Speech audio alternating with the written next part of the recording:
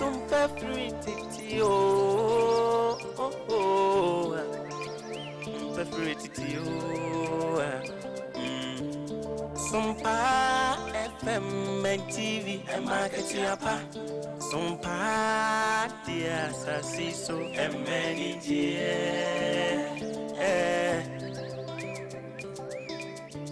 Ajuma yesimini aketi enti usumu sumyo anunebe mawanya aketi yapa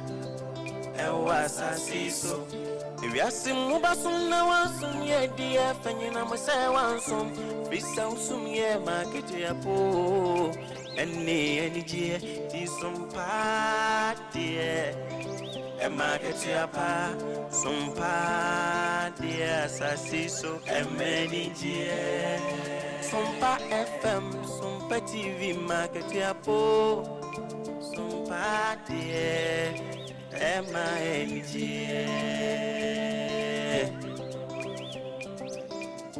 Teaching what fidi ene to Sompa FM and TV, nebema weniji, ene aketiapa, nebema weniji o, sabra boy mo dajini. Be natural, so no dear when ya Bema when it na ketia panso kamu and market ya our fidi in it to Sompa FM and TV. Why?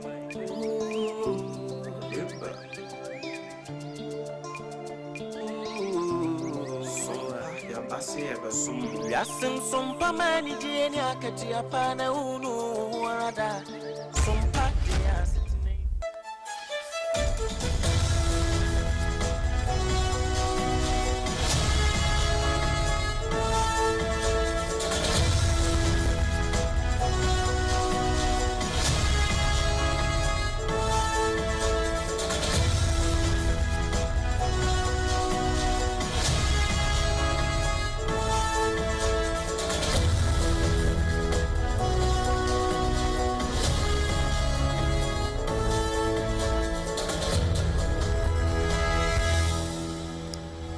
Was another atosunum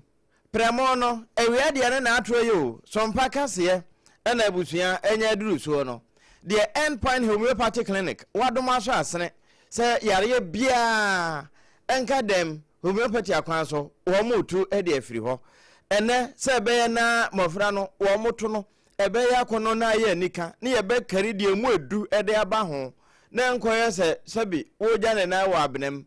perfect baby diapers okuta mu dendenden kasa na de ensem ni nyina ebo kasa na kire mineral water abujunsu awiei wono nso de biase yenchen se yemfa ngunsem ne ho asem fama na nam se yemfa ya se ho nhia benti Hajia special local foods enuane papa no ingredients akono no eho na wo mo de ye aduane a ne bo nso da fom na wantimi ankwanso e deliver e de bre wo aboboa no ba bibia wo awiei waboya boso se ensem ne yemebe mawo na every Sompa nkran yo 106.5 Watermelon Street ni so Green Hill Street ebe Dome Market no sabre kro na live 93.1 asante mamua ana afi wo mo wo France abrochi mamu nyina Paris Mountain so wo mu tie yen e wadamfo pa radio wo mo se bon Doma 100.7 wa fanse mpei e de ma wo mo manu masase paso di kosi Cote d'Ivoire no eno akro na no bono mamu 98.9 alaji be kwa na abro sanum enne ya Sompa sunwan no nanso efiri bono no ekọ life she mem ekodura hafo ekọ akọ bia sabre kro na wo mo ewo na prayer from nso no wo mo fine 106.1 ana fe 90.7 wo mo ewo nkransan so je decoder no so baby FM stations ne wo no Sompa yegina mu denden se Ghana franca no eno achi ebia na wo wiase nyina apa no so a ene e kan ho yewra tabo aten abonsam na boade akoto www.sompaonline.com okwa wo hwebi wani so na wutie no wasom na asan kenkan wani so 101.1 Sompa takwa ya ka akire wo bapa waje woni ne dom e de som St Augustine wo sebra wiase nyina apa no so ene mu ngoma Sompa 106.5 FM Accra na fe wo hwebi na wutie na fe wo che ama anu abi nso anya bi ewie nsem no dia beti afiri mu bi ne se What the quantum dantem emra ato womanfo a womo ewo sagnarigu kroponi mu nkronkro ahodo bia atwa ho hia so. Posifo edi nhwehwemu a wonom eyefa eyetakwa aboso mine ho asase a wonom adi awieni efuntum ya explosion esi ho no womo di nhwehwemu fan no aba mountain ene yebekọ obuase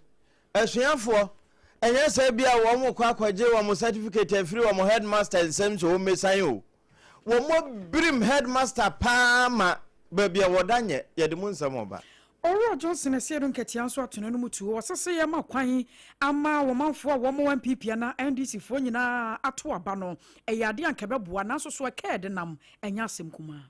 Owura kwachi for Su Felix wono ana ton krafri abankasie mu som yen wakasa kyerem se ma me said na tamakro ewo mu se kwato eja ne sankodi bem de enso besi nei wada so etwene aposifo abukum afe afutuo bi free Bank of Ghana aba a yewura pande tesiama ene diama yiwasom na efa ho National Petroleum Authority adia basa ewom se nei fango buo kwa na ekosoro ewa manse dwaso de na so wo mu basere wo mu to fango wo memu se wo mu buo no o mane nyina de gina Openi a wonu achi a waye adwumako na no eye Owura Malik Basentale wakasa akyeremu se empanimfo na afa mabunu omo wo man mu omunya akomatɔye mu wo mu de ne mapapa egu akwan mu eno na yewura se yasibe Eric woye abankrache edema kwa ada so ade hye wo ho ase 24 hour economic market na Ghana mampani de bae no brode o ebebo de nti ade hye nyina mo aboso no wo mo nso asena na energy sama kwodi ama omanfo wa hafa no South West abaton peso so bra DC ya hye won bo National College National College bia ewo ho no won mo hye san ye beye ne kine yada wo betumi awie efishia bese enkruni a empanimfo akyeremu se na kwanyiri yi block eya SHS suku yi bia aban ebi ka ba ye obesisi ye kan wura mu no afei de abrewa yi pomakwan ene atadwe wo mo atede ye bekọ amanone nso no America mampani asan kasa bio se Iranfo wo mo kwaso aka won to dwem na dire no wo mo na ndire a wo bebo wo mo hade pa Ebeka wonum ho ne yaboabo ne nyina no a yede baba so mo sa awia promto braka se ba sonfo ba no ayatena se ma mienu abema baako eda ntamu eyeme akosua agyewa akwade boaten mene abina bedu adepa kofi eweye ne ofa triple A man ejapia APAM DADAA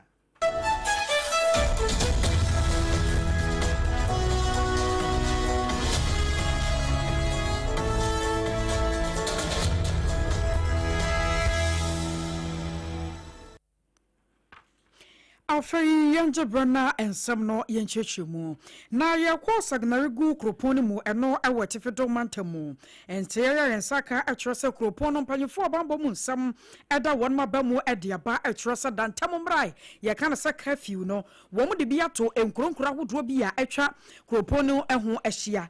na kroni bi aye damankuri ena fe ina shini nkronkura hodo ye kaka ho ne nyina no aye huruka sam ne mentemu wase ye koso ewo nkremi no ntamu kire nipa baako anam so ati nanano mu a afoforo be sensia so pra won mapra ano ayaden ede ama wonom na ye kasai no council no atrose sa ka fiu ya won mode atoe eyese ne be ya asumdie mapa be ya adwuma na sa mentebe wase no a asode ama ne muso na antimi nkonko da nipa pi no apese won mo hwere won nkwa womuo no sa de ne nyina ne mogaka guo no atuo betwa na Owura Abdullahi Imoro wono ana ya bankra chipanyina o sagnarigu kroponi mu ena nensa ahyesa krata yase ya wochro se wo mayi kura de nkasa abone fosam no enkiye ya apa ho wo ma Ghana mfinhia ya nyeye ni pank ye ko pension kire se wo man ni yanyini ya tra so den ya hunu papa ne ya hunu bone ntiduruma bia aya ya nto bone ni ntungu ne ya ma papa ne ni mu kan se ne se ya be ma bone ni momadi ya ni mu kan ato papa no edi ato baabi wo se ko bana sanu a ema man ni ntimi nyini nkoya ni mu ada sanse wo man ya yase ya pasumdue ye pe ye yo ne nkan kwode na da bia ya atwa ba ahwe obi ye kum obi ye twetwa obi no sa nneoma no sabi mpraduasa atwam ye wo se Ghana ye sacred free wonam so nti ena ma nei wo mde dantam mra aba ebeboa na hye omanfo no kete na won motumi edi mra so na sa dantam no emra wo mo kyerɛ se anopo no nso no wo sɔre enti no nsia kwa wo sɔre ne yehu so na monten so a ye bekyɛw no nso no wo sɔre afa no nso no betumi aye adwuma emo no onum no akoda enti no onum de wo so bia wura ne dem eni kwa so ye hu obi akora so ne na monten so ekoba ne sa no a wo fomra ya emra betumi ne wadi ama no wayeje na wokoto sra de hye ne nyina se wo ba srata yeni mra no so ne nya adwuma na ekoba ne sa na asumdue no wo mpese ba awosagnare gunu etumi ya adwuma nko ade a wo so ba wasa ne ye ba ya sa kafi no a eda so no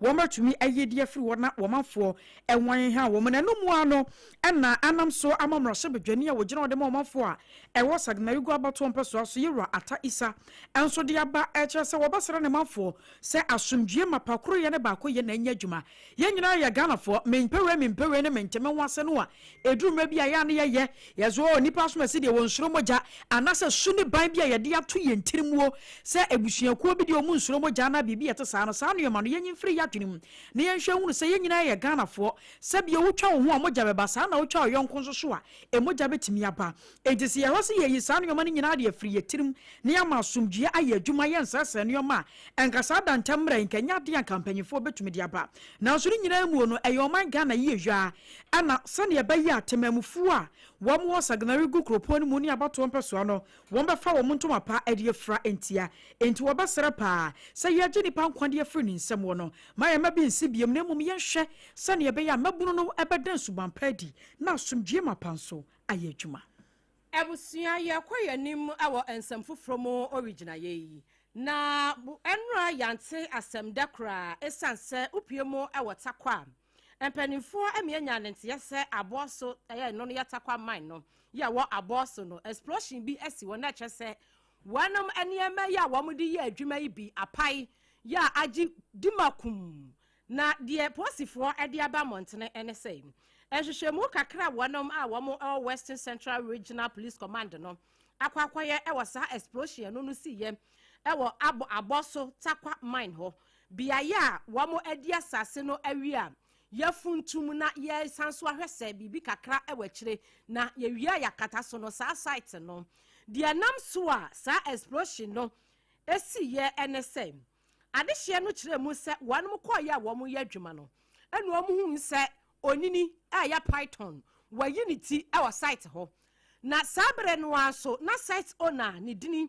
ene owura David Kofi Freche na wono so wane ne mpanimfo ni bi ababe piemu ewa site ho no mu a woba ababe hwe adwuma mrantia no ebo se bibi ekoyi ye funtum wia ye betumi akata so ana na ebra site owner owura David Kofi Freche ba ye no na okrasa pump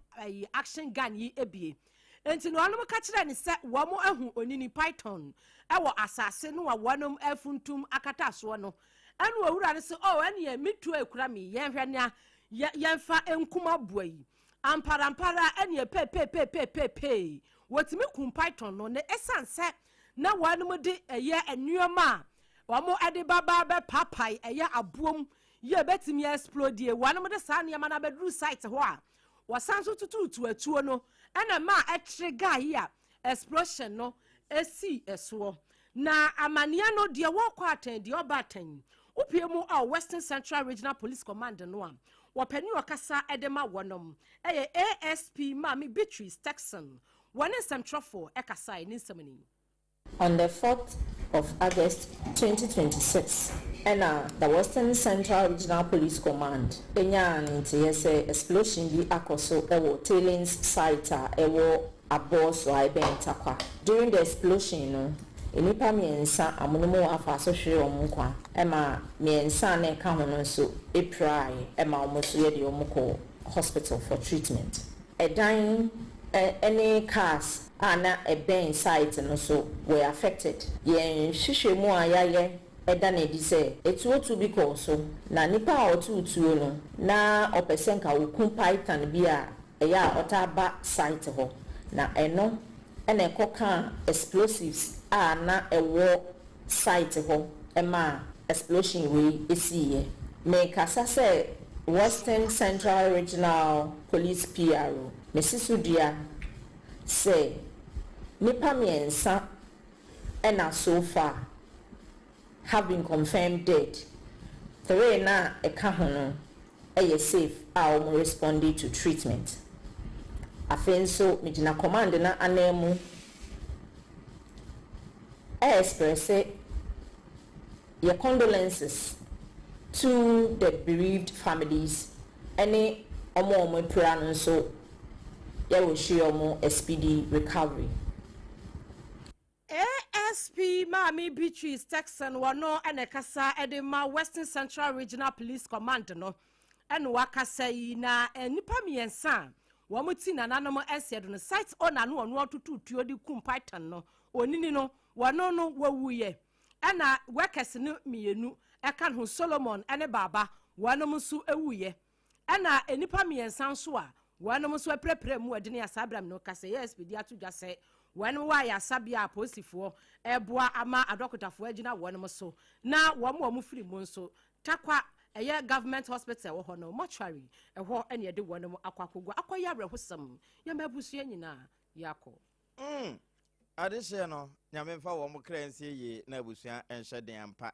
na ene eno akwakoye Western Central ma yanko Ashanti no nso no sesei ukokoduru Obuase Senior High Technical School eye tuntum na wo ho nyese ye na aba aposifo na age ho afa na wo mo so nyantete na afe na wo mo kwakwaje e wo technical mu na mmom eye menteme ho ase bi esi ho ma asuafo koche headmaster birim no pa sanya aposifo no kura na pie ho ankasa abre ye ma wo mo yako ne nyina ne se asuafo ne se owura Zakaria ona ye headmaster ya wo Obuase Senior High Technical School ho bese no miensa homadache won ho asuafo ya omo kokotu man ne ya omo de ennei won behwa se babia won bola no wono touch bi tutoko no omsa ha wo de se junior fo no bia won mpese won beko toilet yard ho no na won asha se ko sa site ho no yen konkotete na yenya woni na ebe ma odene nsasa won koya se enye student a headmaster no wotutu form enti wotutu form na oyin so ombete woboase na afade unko ebikura na headmaster nsa ka nugget bi ena wo pese wo de ko hunta na so asobura wakwakoyi enti da sa na te de omo nso ebetete akwakoyi ade kro wo mo ko hwe ya akora mo no ena ya achichere no ho de akwakoshe form na omo sa ha ehene ha ena wo mbekwa akọ chi headmaster na say ye ya wo be ye sa adwuma no enti si wo mbekwa na wo mo nko na aye huhu no na headmaster ne achachefo no bi nso ye so wo mo ko site ho se ne na afi no wo mo nso ate na wo mo kwa akọwe se ye no kre ana obi na abo wo mo mane ana nkotokra ne mu na headmaster abo amane ana asese na atuafo no kokoto se wo nso ne behwe brinde wo mo brim ne bi paama ne eni kwanse ye bodin kura no ebisi wo headmaster ho na posifo ntem wo mutia wo mo na so a wo mo kokoso mu asabra mekase de wo mo abarikedi ho nyina aje ho afa ya wo mo boban se de be na nema nyina ebehwe ya mekase headmaster nso no o empotamu ho no na esi wa friends and trofo chese de ekoso yi wo de wo mo anka wakomanto onyem na ne efiri soro ebete bayire homam ne nam so ma de esi nyina se ne san ne tie no ehwehwemu okoso enti wo mo ma akire enye din na de ebesi bia no ba bedu nso wo hobi enti ehonsam no efie he ya ena yeti ho de ama wo ye be san so ada na akire e de ama afei yakọ ansam fufumu na na senta mababede dwasa sakoba no se NPP anasa amanyoko bi eto aba ye nche na election no a anka ye makwan na wo ye sa amanyoko no chitafo nyina wo so nto aba ne bi se ne ye be hu se constituency chairman we ye yi no no e ya amanyoko ni nyina na de na ba ana nipa ye yi no so metu frank afama NPP ana NDC CPP ne de kaka ho no e ya amanyoko ni nyina na emu onye delegate nko e na akwakoyi ne asam ne ba akwa to ne January fo aso se ye no kwasem se de won mo kan to asomu ebeboa na ene mentebe wase ye duruma bia ya na sie na afesugo delegate je sie kotuachie sika botene bi de ma wo mo ansa na won mato abayi frankatu ni ade no sa ne mo no nyina to atwa na emetetena ni de ma NDC amanyoko no Owura Johnson esie dun ketia asemi wakasa de fa ho wase no kwasem de won mo kan de obi aka bia ye ewom sanke ye betumi aye ne sa na so so eho kase tie nie esena se da bronsan na de ntia wo kan se ne nyina ne yese 2024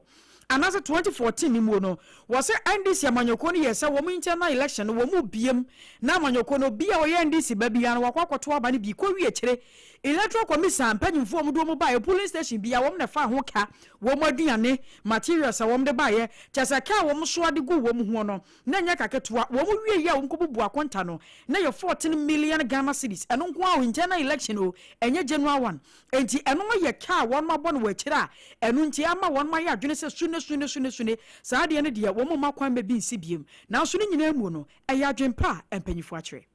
There are certain electoral areas that are made up of clusters of villages. In that case, too, you have more in the villages so that you don't ask people to travel. And so we ended up opening more than 8,000 polling stations. And Electoral Commission took the view that this was private election whose costs must be borne exclusively by the party. So every polling station, the Electoral Commission recruited about 4 polling officers. And we had to pay them and pay all the cost of the materials, everything. So the Electoral Commission didn't contribute to 1 cedi. And so in the end, in those days, we spent close to 14 million. 2014, so this time it's going to be more. And so my expectation is that even though the system is good, since we are being compelled to help citizens exercise their civic and democratic rights, it sits very well if you ask the state to budget for this exercise so that the Electoral Commission can conduct it free of charge. I was away a national chairman dema NDC amanyoko no Ora Johnson asidun ketia. Wo ensam fufuro mu no opani a wono wakasa efri abankese mu edesom Ghana eye Ora Felix kwachi ofosu wo ye abra asebu kwa amankase emra shebedwani. Wakasa ensam trofo adi nkomo ni nyina efa maame sedina atienu tamakuro ne nsam a eji entreha ene wo ho a na yete sede akwakoda ye nyina ye nim se maame na ono na enkane no ye maslok panipa na wotua no na ekobai se 500,000 sika bia na waswode kwama obatampa microfinance ya echire yi wanum chim se institution no reject ye esansa na interest rate no eso no wanum nti se sika no wanum chim se wo mansan so ahu sika ne ebio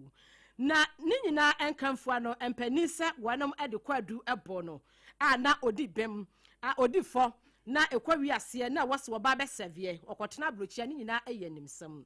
nyankopon ayadom amobepie mu ewo manyimu ema eja wanum chire mu se yede na kwakwatwene mu ewo aban se de yase won kwa 7 finhia edu no ewiase kra na dom kuma ni chire mu se wo hyefie ene de keka ho a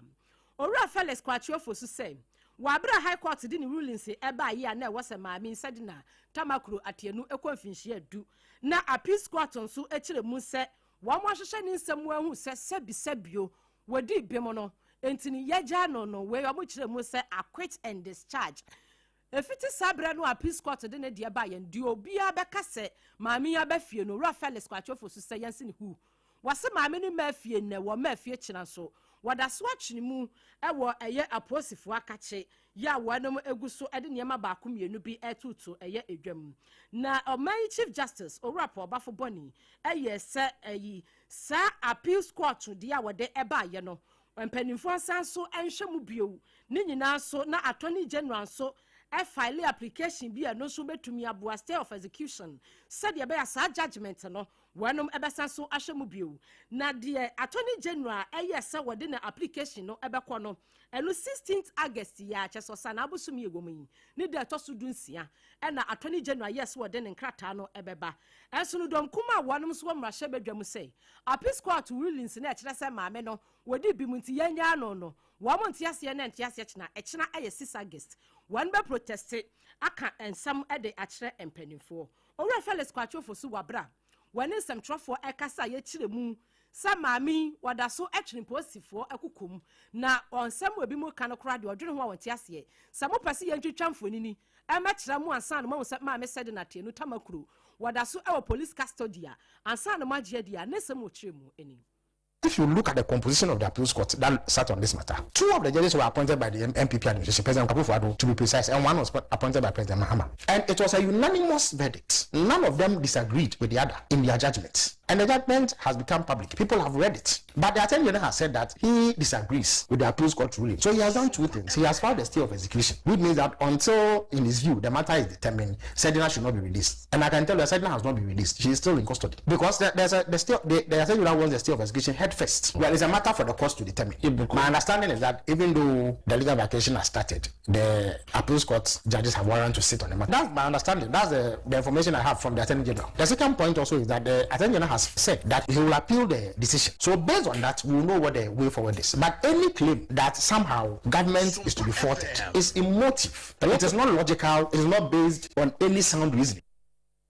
Openia wakasa yeyi eyo openia no okasa edema ban no fra bank siem eso my Ghana Owura Felix Kwachio Fosio Nyafo Abrase bu kwa man kase emra hye bedwani wono ne kasa ye ene semtwofa kasa nti sabre ya ne kasa imprempren ye ma me sedina tamakuratienu wadaso atwene mu kopem 16th August Attorney General be file no application wo bewie na wo ma hwe mu hu se so appeals court di ode ba ye no ese fatana ansa ne bejai no Sompa wiadu mienu kase yebo no eno na edi atwago saa wote no wasomo de te se de obi to nwom no eba na saa ya no waba Facebook wo Sompa 106.5 FM Accra na wabehwe bi na fe wacha manu e bi nhwenya bi saa bre kro na wono nkasa na kire menua wote sanse wo pia yen na kase ne ba na yasese bomochiche wo firi nso ase na obekasa de nche mawu a ya obi ani ho a wo kwa akwaje ho akinye we eyankre firi Dr. Johnson Esiama Pandit ya won na ya amena do da wo mai yesika kura bia Batam Bank of Ghana no na wo kasei na ne nsem a wo de bobo so nyina yese enne se obi bi adwuma ubohu se ka wo se utua ansa na watumi abi adwuma no wa ye ho nyina ye ho nkrata asem nyina bibia ewie nso kura wo se wo bibia efra ne foto bi de kire se eto de eden kura betumi akofa na eno nso no wa pa aboafo no wo mo aboa na ode eno aba abekire na mom bra wa hye adwuma na se awie no a obi ayiyi ne nsa no na waka hapo sa nanta nyame ampata mfana ma bi bo no a na wode ne ekọ enya ba ne sa no wo mo ka na fe Ghana fo aso wo mo ano de agu aba nso sa aba mra no wo meso asene no wo mebo abo awo mo na ensam a waboro so a kire yensa ntwerofo no wode yenti bi mra. A disciplined rescue framework can preserve viable businesses while protecting financial stability. So let me make 3 points here. First, that rescue must begin with a credible test of viability. Rescue must begin with a credible test of viability. A business may be distressed without being fundamentally unviable. A cash flow shock, changing market conditions, or a mismatch between receivables and obligations. These may place a sound business under severe pressure. So during restructuring, it may need financing. Enti enyaduru sape na ehia se obi dim onso saafo na asene enwuma na asene enti du ba bia na yede ma aban 2 cities san ye bayi 2 cities san ye bayi a ebetumi aboa na de ze obo no akofom kakra na so nyina mu na hyenkafo wo mo pem so pa ene National Petroleum Authority adiaba ya watchro se mo obi anhwa akoma ne timpo na enhye ne de wo mo de agu akwam na so nti wo mo besere won mo to fu wo my Ghana mu no adawroma mo nche na ekome na nso bia so enya afa na nu nti no mo de kwa akosia beka se fango ni wo fango ni wo bewie che na Ghana fo ye ho kwa akokyere ye ne nyina no ye se mampanyina te so nti ada bida obi ya wese kakra wo bia obi ya no wo becha ma hyenkafo ensa atumi aka won mo de na Director of Economic Regulation and Planning Dema NPA Ayora Abbas Ibrahim won on nkomo won central for ediye. We believe that this temporary intervention will go a long way to reduce the burden on consumers and prevent hikes in transport fares whilst addressing the inflationary impact of rising fuel prices. It will be recalled that in April 2026, a similar intervention was made by reducing the margins to cushion consumers. The authority will continue to monitor developments on the international market and together with governments will make any necessary interventions when the need arises. We further wish to assure consumers that there are adequate stocks of petroleum products in the country to meet our consumption. Based on our import plan, we also expect cargoes to be delivered in the coming days to adapt to existing stocks. Our domestic refineries, Central and Thermal Oil Refinery, are also actively producing to adapt to our imports and increase our stocks. Abusuani ayatenin kai aya National Petroleum Authority panyipa ya wana iban economic regulations awatano Ora Abbas Ibrahim. Wa ensamfo from no why ye openia wanu achia no se siu. Wakwakopi mu ewo Kumasi Asante emansemu ani nyina efa why ye mpanifo a wonom ewa Asante emansemu wamode da babi ehihye so ena Ora Malik Basentale wogina simpie ni apaso na ne sebia wadi tuja NSA why ye adwuma konomachire Youth Employment Agency adwuma from 2015 ya mpanifo agina amamra ene afei wamo etumi so eye Employment Agency Act 2015 no at no ordinance etuja odwumadi na se no som no ordinance etuja odwumadi na se no som pakase yensam training ba wabedu etu bisom. I stated new models that have never been implemented on the regions, like the community first responders, medical first responders, for 8 years the community fire assistant for was never implemented. And many other models. We introduced the Arabic instructors model, the data exchange program, our job centers actively working, empowerment around workers, the training of over 10,000 people in 18 different skill areas. Very well success stories, and I think that reset is spreading us into the future. And as we go, we'll continue to solve the challenges we are confronted with. And what you know, Ora Malik Basentele, Echre Musa, Kwa Walk on Penisa, Buani de Jaqua, Yanaqua. And to know said ya Quamoso diabrewana, ya was soon in an anomaly. Walk one quansa pine, and near my Wadikoya Acadia. Yenuanuma, one more why ye Jumequanim, one musube to me above one so, now one would do Wamujuma, and to equipment, any two no what be aquama one and so why was she was saying. Allowances and only a monthly one no, Busumi Bianca can't cry ya triadema one no. One more ash any more said July dear. Yes, I say ya free Wababasi August me. Dear Nensa and Canadiano, one ebesha now my penepum sibre papa na do one and a one etria and also what she must say at Trebawa Bedu. They should do their best. We have a few reports on some nonchalant ones. We continuously try to engage, but the most important among it is that they should stay active and they should keep working hard. And I can assure them that their allowances, like now, I mean, why use not to be so? They use not to owe beneficiaries sometimes up to a year before they start paying them. Fortunately, this time we're able to pay them sometime within 1 month, 2 months. And currently, as we speak, we are not owing beneficiaries. We've paid them up to date, and we are processing their next payment, and they will receive it again. Thank you.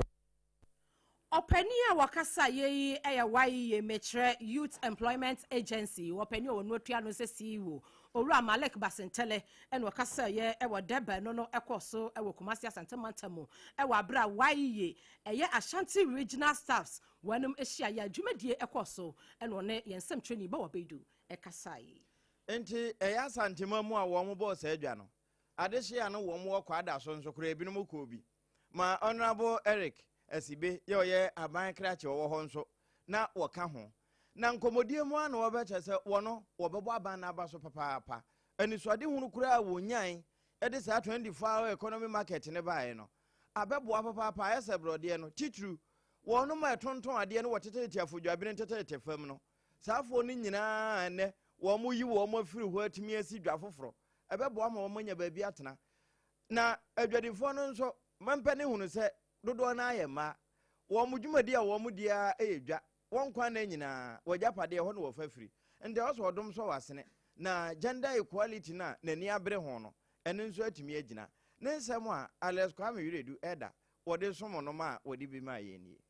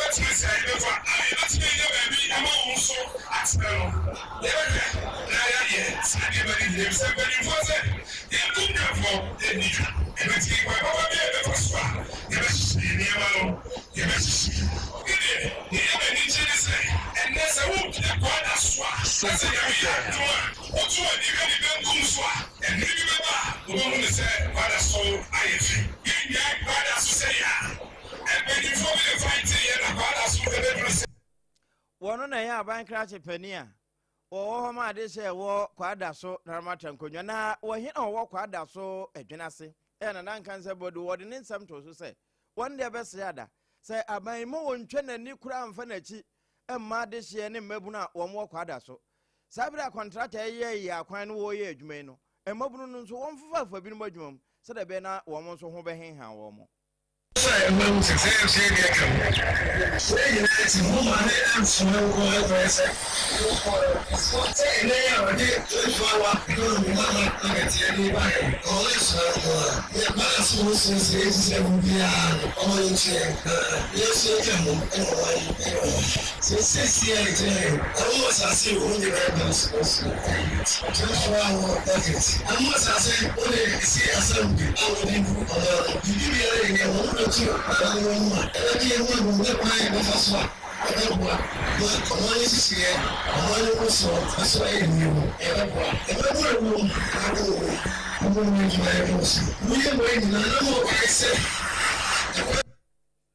One na ya hina wo kwada so adwunase na nkansan boadu ababio enene Eda Alexander kwa mewiredu edi nkomoyi e wa Asantemamu awoko ahafo ano southwest mansinemu Abakra Japanyini yo wonu yo nimonyamfo Abubakar Sadiq no panyini so wakasa wase agenda 111 hospital bia ewo ayasa mansinemu anafei nurse na midwifery training college bia wo hono no wase anchakora wo mo baba hwe no wotu ho na mo se ne be ya hudwumadie wo betumi awie na sika ebesomo no aye $30 million eno ne sika won mo hwe ne mu kwan sa ebetumi awram ebra no panyipan ne manfo edi nkomo ne amane boni Ebeneza wo so anse wo hono mo sei eno kano office and I to anamo na ne Japanese training for kodi nkomo na yanche say o me introduce degree program na say no and I approach NGOs no doctor mo approach o mo na mo nkomo o mo so ye NGOs o mo si campus ni bia edema district no nti o mo to asa na mo no e ma no mo di sa so nkata say bia that was last year this Sunday and a doctor friend say ya mencha de bia guru a e was o mo ba na o mo be inspect site no na enche bia o mo tim be sate adwuma de mai be so a enye sa ne jesem konom de bai ni jesem ba ko esa ka o mo de bai akwa yese aban e de ye agenda 111 hospital still ma omo no masini kon bi wuti omo de mankra so agenda kunsu agenda 111 e de aka ho ai ba omo be start sa project so a wo jiri se omo ba be start a enche omo be we campus na omo start a 12 months omo ba be wi e de amaye tina e ne just ye mansini mu ha ni tertiary institution bi aye de wo ha e wo yeso ye hihye mu ene buta se ye bituma nya bi e de wo ha de ama e ban for more for no sacrifice nti omo ba enkrata se mo support bi o me hia bia no ni pay for ready say adino makabian the support on the project no entem e amai na eno achiri na kunso hene na Dr. Ajiman Bedudi aya wodi kan wono so na ase sonko ema eye Globe Engineering Limited a wo mo national adwumade yi otu ho na mo da company da mo ba ene nyina ase na ya say sabaka Dr. Nana Ajiman Bedudi aya wodi kan kunso hene no ediama mo na eno mu no na aye Chief Executive Officer Edma Broadcast Limited wono so ekasa na ansana no moma yentie kunso hene na Dr. Ajiman Bedudi Nigeria, we some said the manager city, me who said the Messia Casa the managers pa na none of the NCB me aye, Edia Bois Biano, they ready say ye day, and Sassa some day, only a how oh, ye more massa since so sumo, and Sassa papa, in Sunimu, at the beat in Suamirania, the Amfaomo, na meka, Ashomon cry say, in Swassa since so dear, Nina, aye, come in Su anymore. Assembly also inside any home, as I say, hold your any of the Bemo. The best almost say, Bibia and Kawi who be on Besoma de baby. No na me atra ya hye mu ne yewra DC ene district na district assembly no enyina